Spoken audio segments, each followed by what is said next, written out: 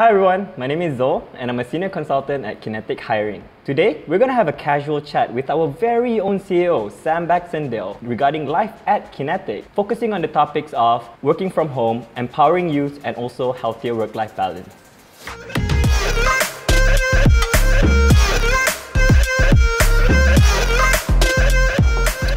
So, we've been, since the beginning of Kinetik, we've been working from home all the time.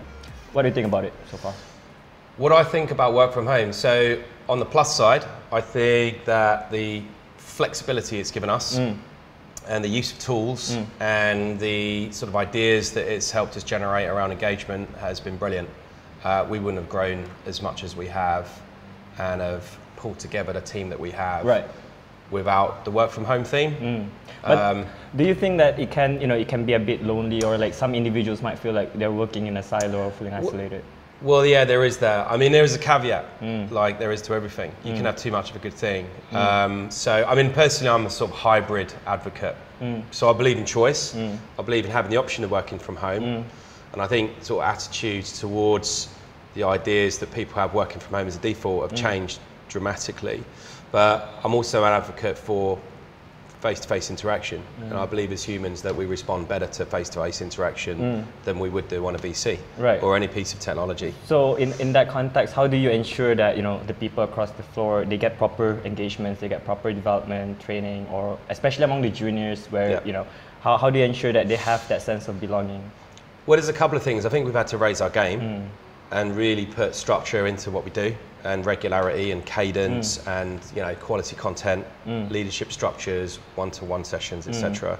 So as I say, I think working from home has pushed us to raise our game and be better as managers and put more thought into how we engage. Okay. Having said that, you will know that at certain points we have our offsites with our team events, we have our Macan sessions, we have our physical training sessions and what have you, and our badminton nights. Correct.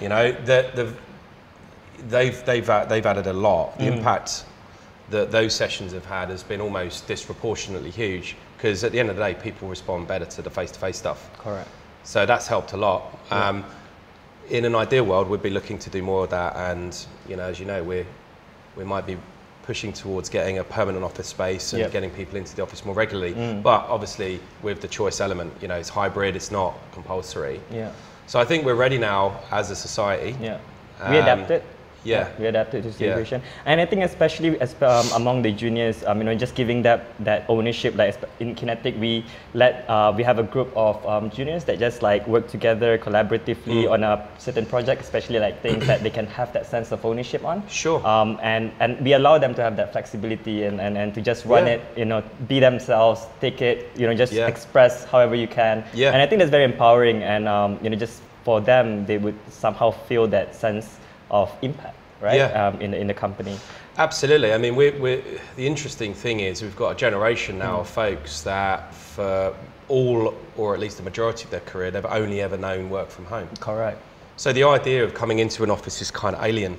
So there is that is a bit of a dilemma, because at the same time I would want folks to see the benefits of what can be achieved in a face-to-face setting. I think there are things that are better served by a face-to-face setting.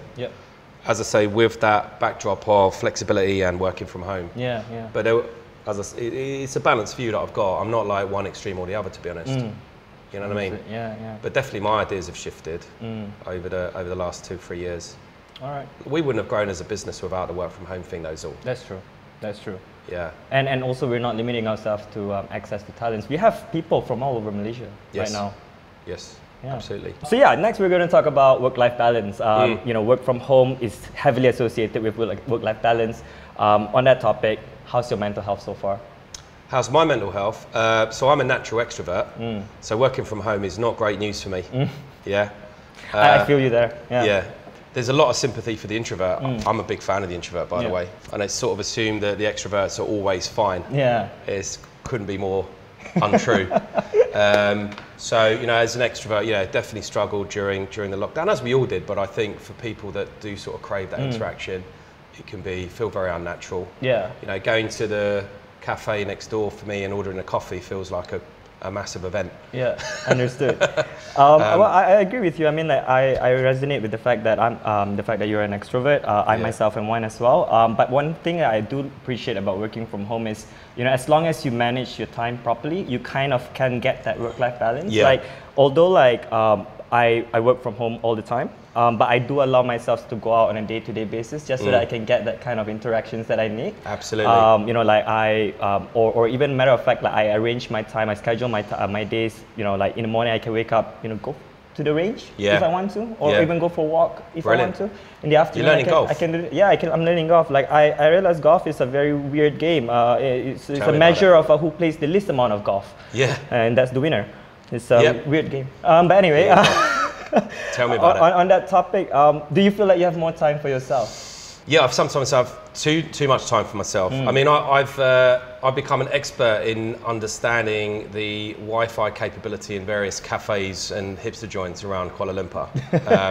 What I have realised is that there is an infrastructure point. I mean, if you're doing video conferences, right, you can get really unstuck if you're in some random cafe that doesn't support the right bandwidth, right? These are practical considerations. So I've kind of got it down to a T. There's sort of regular spots I go to where I can actually get decent Wi-Fi. But the way I work is in the mornings I tend to work from home and then head out for lunch and spend the afternoons, and I work in a sort of a location of choice somewhere around KL. That's really nice. That works for me. Can you imagine, like 10 to 15 years ago, no one would think that this was possible? No, you'd be considered a bit of a lush and living a sort of unstructured sort of lifestyle, and be looked down upon. Yeah, there's a Malaysian term for that. We call that curi tulang. Okay. Which directly translates to stealing bones. Right, okay. I have no idea what that means, but it just means that, you're just taking opportunities to stay away from doing your work. I've learned something, but you know what, when I'm sitting in cafes in the afternoon around, let's say, Publica or Monkeyara generally, or TTDI, I look around and there's probably countless other examples of people like me doing their work from over a coffee. I think that's a nice trend. Yeah. That's something we can look forward to. It's good for the cafe industry. That's true. Yeah. That's true. Yeah, but they need to improve their Wi-Fi. That ticks me off. There we go. That was a very casual chat, but somewhat insightful as well. Just to recap, number one, it is very important for you to ensure that everyone across the floor are given enough opportunities, especially for the juniors. It is important for them to have a sense of ownership and a sense of belonging, and this is crucial for their development.